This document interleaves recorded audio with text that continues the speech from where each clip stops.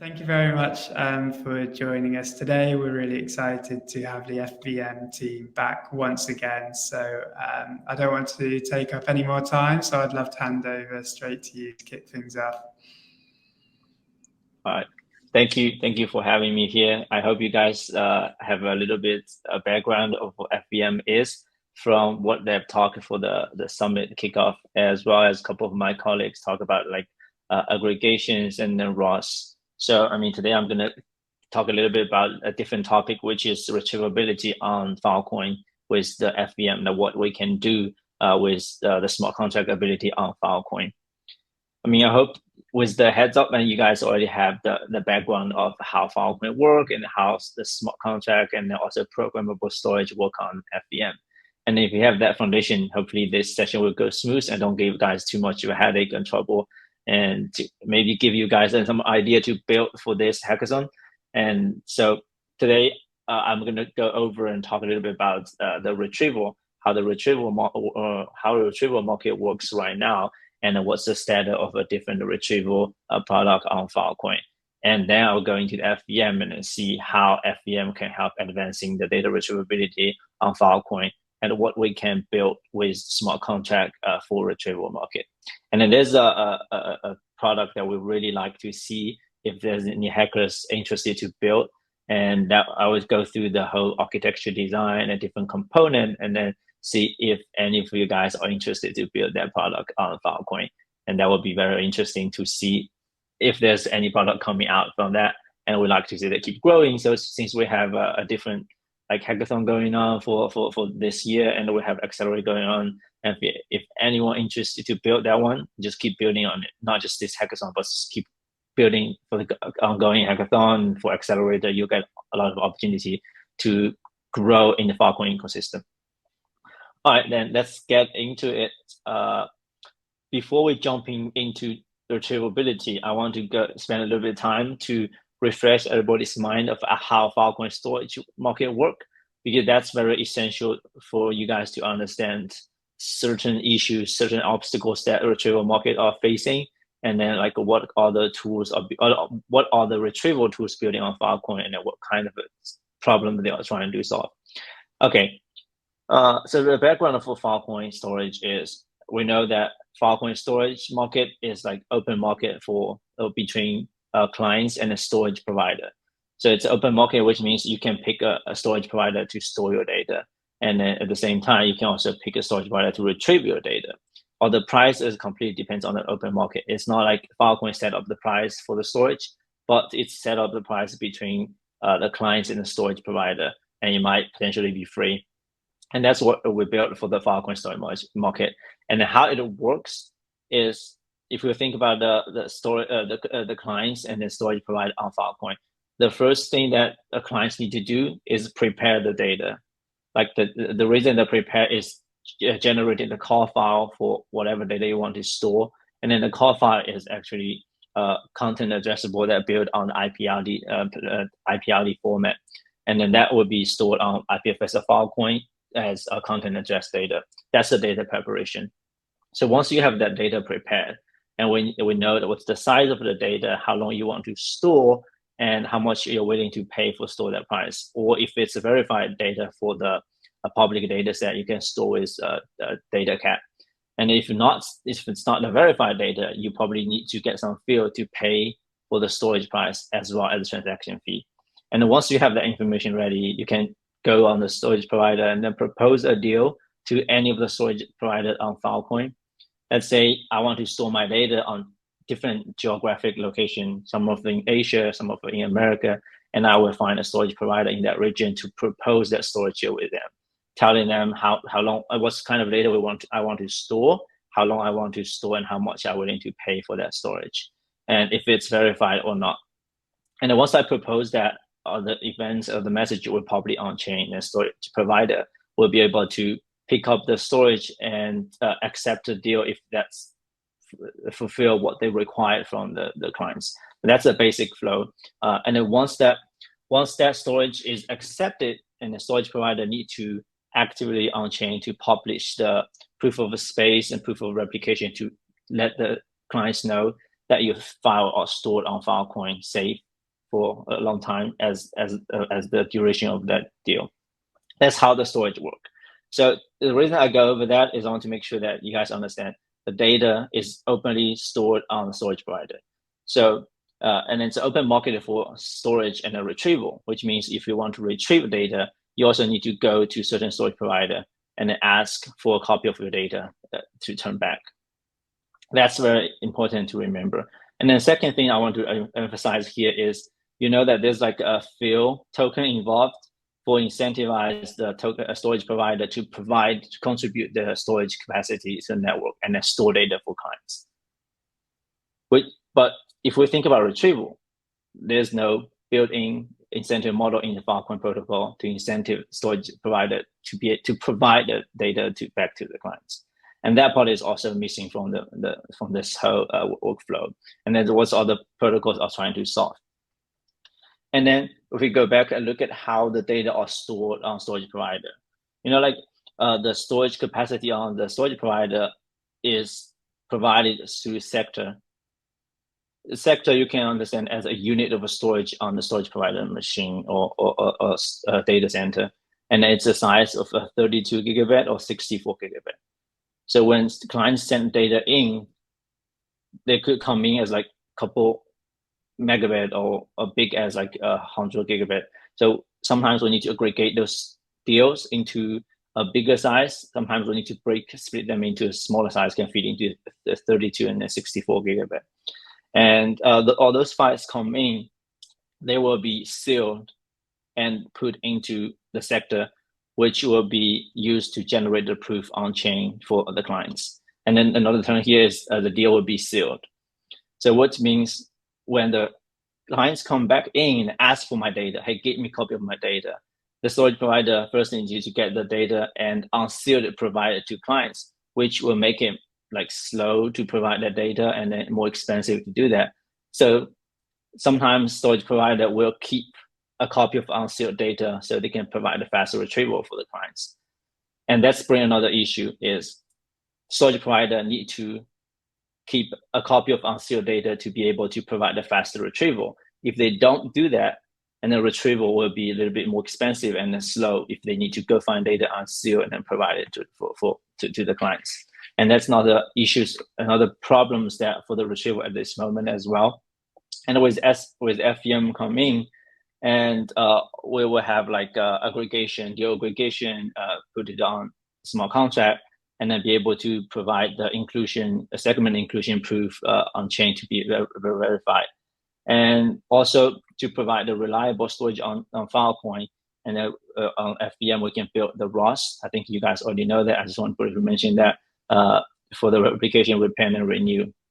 That's very important for you guys to build like a perpetual storage on Filecoin. So I don't want to go too much on that, but the point that I want to emphasize here is when the data is stored with Filecoin, with storage provider on Filecoin, and the data is sealed and then put into a sector, it might be slow to get an unsealed copy, or might be expensive for storage provider to keep unsealed copy as well as sealed copy to provide the faster retrieval to their clients. That's all the problems that might exist on the Filecoin retrieval right now. So I hope with the background of how retrieval work and all this, you guys understand they might have a little bit issues on the Filecoin retrieval and maybe how we're gonna fix that. But before we go too deep, let's step back and understand how retrieval works, because we often get a question from developers asking why Filecoin retrieval is not working. And if they dig a little deeper, they understand Filecoin retrieval is working, but they know it's slow and having issues. So we ask, what's the status of Saturn? What's the status of a different protocol?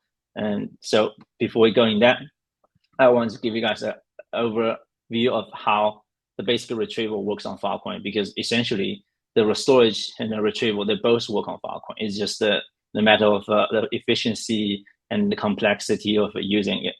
But like for the basic retrieval, it actually works fine on Filecoin, but we have other product to providing the faster retrieval, to provide the incentive for guaranteed retrieval. And then for also FVM coming, we want to build something more with FVM on the retrieval as well. So to understand that, let's go through a little bit basic retrieval, how that work. So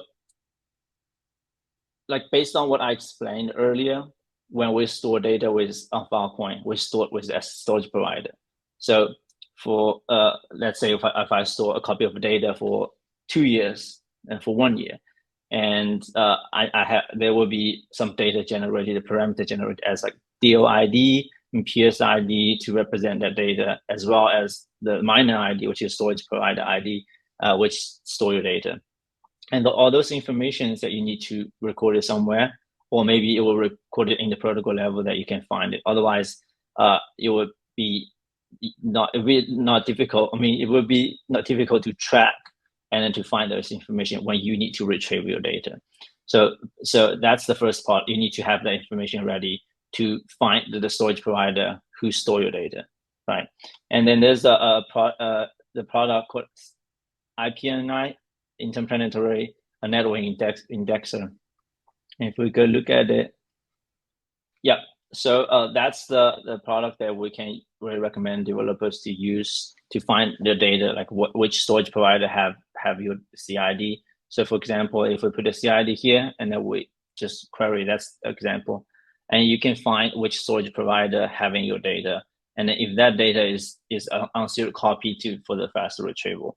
So if you have that information, and you can just go, I mean, if you look at the record, you can find that your data is stored with multiple storage provider. And then you can pick a storage provider to send your retrieval request to them, ask to return a copy of your data. And then with all the like the model address and the PID, and then you'll be able to do that.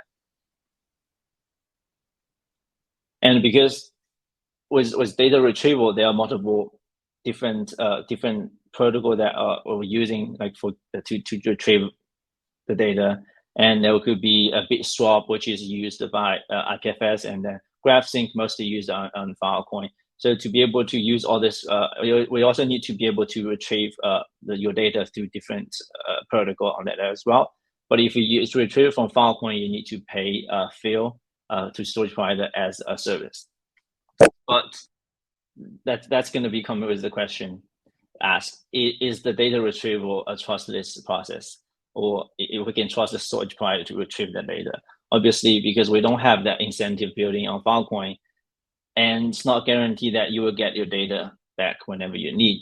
That's one of the problem, right? Like it's not incentivized for storage provider to provide that data. And also, if they're willing to do it, and the return on the investment is not good, because they have to keep it on sale copy, and they have to keep providing the service over the network, and without too much incentive, which is not good for them. And then the SP discovery and reachability is also another issue. So now, if we look at index here, that's a good example, because you can find your CID on the network. But if the storage provider is not discoverable, and then like you cannot find any storage provider having your data, which is another issue on Filecoin as well. It's not reliable at this moment for the storage provider to provide the discoverability as well as the service to serve your data, and also as the efficiency, right? And with all this problem for the current basic retrieval, and there's a team building different product on that, like Lassie and Saturn, even Titan from community is all the solution they're building on top. And I'm gonna go talk about all this product if you guys are interested. So first, the Lassie. Lassie is the retrieval clients that the protocol lab built, and want to provide a very fast service to retrieve your data on Filecoin IPFS. So basically, you can imagine use a very easy command as Lassie fetch, give it a CID, and you'll be get your content back, right? And those content will be coming back as call file, which is content address. So you can take that call file and then verify it with content ID, CID, to see if that's your data or not. And also, you can use Lassie as a library in your application, mainly on the Go library right now. And then it's also being used by like Saturn and as a backend library. So I mean, also as I mentioned earlier, on the IPFS and Filecoin, there are different protocols using. So Lassie is supporting all of them. And there are a couple ways that we can use Lassie. And the first is there's a CLI command. You can basically very easily to download the Lassie and then install Lassie as well as the car library, because you need to understand the car and then be able to verify it. And it's very easy commands. You just say Lassie fetch and then give it the CID. And if you know which provider have your content, and you can just point into that storage provider directly as well. And then it's easily to download a file to a local machine with command line. And that's the first option. Another option you can use is in your backend service. You can use Lassie as the library. And in your Go project, I mean, as a network, so you can build the retrievability programmability on your backend service. And it's also very easy, just as a Go, install your library and import it into your project. And then you'll be able to use this very easy code to fetch it. And then the third option is if you want to get into retrievability in your browser, and you can just sending the HTTP API request to the backend server, which is running Lassie. Just like simple as sending the get request, get API request to your server, and then you're getting your CID back. That's the Lassie. It's providing a faster retrieval. But you also notice that the incentive is still missing. Like you cannot guarantee that you will be able to get your data. And I think at this moment it's also just storing the public data set, but what about other data set as well?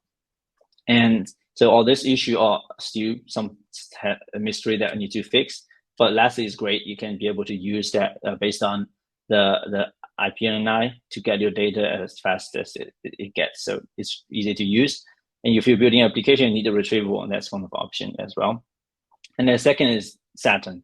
Saturn, obviously, as you guys know, it's one of the products that putting the incentives into the retrieval market.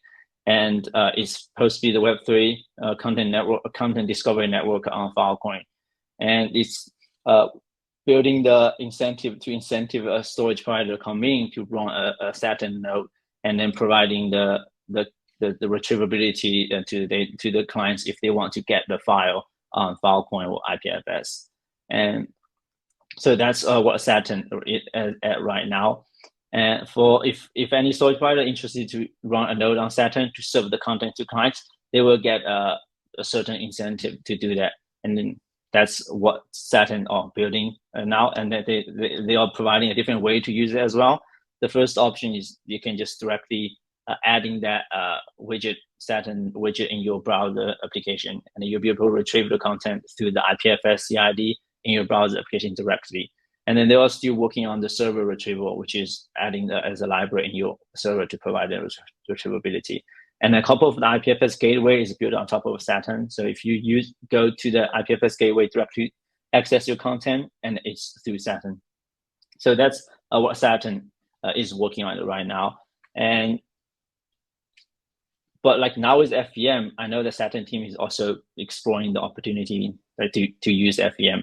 I think at this moment they already used the FVM smart contract for the payment distribution to the like a Saturn node already, and hopefully there will be more incentivized or incentive or penalty could be achieved on FVM for Saturn as well. I would like to see more opportunity building on Saturn with FVM. But I think I go a little bit too much content, but I only have 5 minutes. That's we're getting into the story. What do we want to build? So now FVM come into the picture. You guys know that FVM bringing the smart contract to Filecoin, right? Like, which means you can write a smart contract around your storage deal. You can write a smart contract around your data set status on Filecoin. And then now we're pushing the initiative to build on-chain programmable storage on Filecoin. So we're moving a lot of off-chain operations on-chain, including the aggregation and parse-size verification, which is the segment inclusion verification process. And also building the ROS, replication as a service, renew, repair the service, which will help developers to build a perpetual storage or other storage solution of Filecoin. And all those are fundamental for building data DAO and other data derivatives that we could build on top of the public data set already stored on Filecoin, right? And the next thing is what FVM can actually help on the retrievability on Filecoin, right? And back if we look at the issues that we're currently having, like the incentivized issue for the retrieval and then discovery issue for the retrieval. And so all this, we hope that could be achieved financially by this, what we call Retrieval Oracle. And then it's original design by the CryptoNet lab. And then they already have the whole structure design. So we can build this Retrieval Oracle on using FVM, and to provide that kind of assurance for the retrieval, that the clients will get the assurance. If I store my data on Filecoin, I want to retrieve it whenever I want it. That kind of a guarantee is important for the retrieval. And if they are doing it, obviously they get incentivized. If not doing it, obviously the penalty will come in. But the design of that, including a lot of a parameter design for the security as well as the crypto economic, to ensure that the storage provider are willingly to provide the retrieval other than getting penalty, because that's obviously not economical friendly for them. And so how to build this Retrieval Oracle, and I will go through this very quickly. And if you're interested, there are like a light paper, everything on the online, you can find it. I will provide later as well. So basically, in this Retrieval Oracle, and we're getting a couple of the entity or component come in, which is the Retrieval Oracle that we built on FVM, which is basically a bunch of a smart contract and handling different operations on chain directly through the smart contract. And then all the data are also stored on the provider from IPFS network or Filecoin network. And then another big part is we're getting into the referee network. Referee network is mainly responsible to appeal for the process that if a user cannot get the data, and then they will create an appeal for the referee network to go verify if those storage providers are not really providing the content. If they are not, and they will be penalized for not doing so. If they do, obviously they will get a payment and incentivized to offering the retrieval service. And that's the whole workflow. And so the most important part is the retrieval smart contract and then a referee network. So we're imagining that if a project come in and they want to build a retrieval oracle, it's a smart contract, and that smart contract can provide that service to different UI, like the different storage products want to provide. For example, that the CryptoNet lab created proof of a concept, which is retrieval.org, as well as on-chain storage. And those storage apps can take data from the user and then provide it back to the user. Simple as that. But behind that, they will call the Oracle, the Retrieval Oracle smart contract, to create a retrievable deal and to appeal the request with the referees, and to be able to record and verify that retrieval and then storage. And then any of the storage service wants to use a smart contract, it's doable, and it's also sustainable for the Filecoin market as well. So this is the whole workflow, and let's look briefly into different components, how they work, right? As I mentioned, that smart contract obviously is very important, and that Retrieval Oracle smart contract will provide an ability for storage clients to go and then create a reliable retrieval deals on Filecoin, and then also be able to giving the features for the storage provider to go accept the storage deal and sending the proof back to the smart contract to prove that they store the data. At the same time, to be able to redeem a payment from the smart contract if they serve the data to the clients, right? And at the same time, it's another appeal process which will be used by clients and the referee.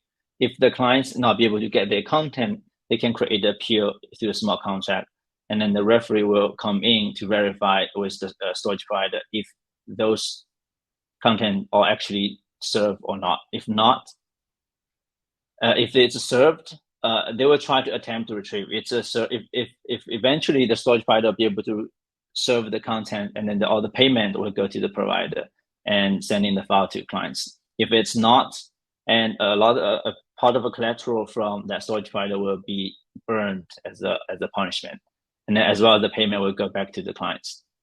So this is the design of the referee. I'm sorry, go a little bit over the time, and I'll try to wrap it around as quick as possible. So when the CryptoNet Lab designed this referee protocol, they put a lot of thought on different parameters that we can put into the system, and to provide a security and to provide economic friendly design in the system.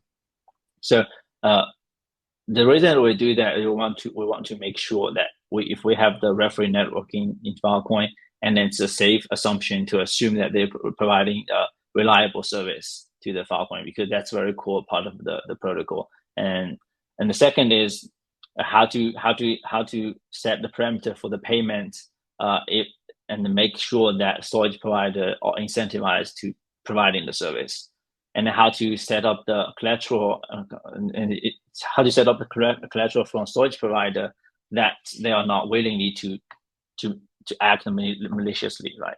And then also how to set appeal fee and the number of appeals that clients can send to avoid that clients that being malicious to just create nonstop appeal on the Filecoin network, which is also not good. And then there are a couple of the parameters in that project you can actually set, and to make sure that your project, this oracle is running more secure. I think I go a little bit too fast, but if you guys are interested, and there's a proof of a concept that CryptoNet Lab have already built, which is retrieve.org, and then the website is running, but unfortunately it was running on Polygon network before. And if you're interested, you can go look at the light paper and see how it works, and also go to their GitHub and then see the code, how the code is working. And there are like smart contract code in there, and there are like a referee network in there, and as well as different components on that. If you're interested, go grab that and just keep building on it, move it to FVM, building more features on top of it. And most importantly, in the future, you could keep building this business, and we're very interested to see any project coming out of that, and building a retrieval oracle and bringing the guarantee and the reliable retrieval service to Filecoin through the smart contract. And then obviously, if you have any question about FVM, here's the link. You can grab all the information you want if you want to reach to us, and we are in the Filecoin Slack channel. Sorry about amazing. No problem. Thank you very much for sharing so much information in such a short period of time. Sorry about the technical issues, but yeah, it's really amazing to cover all of that and some of the different products as well. So just whilst the final screen is up, dropped off. We can share it anyway, but yeah, I encourage anybody to reach out on the channels if you do have any more questions, because unfortunately, I think we're about out of time. So one last time, thank you very much to Longfei for speaking to us today and for an amazing session. Thank you. It's glad to be here.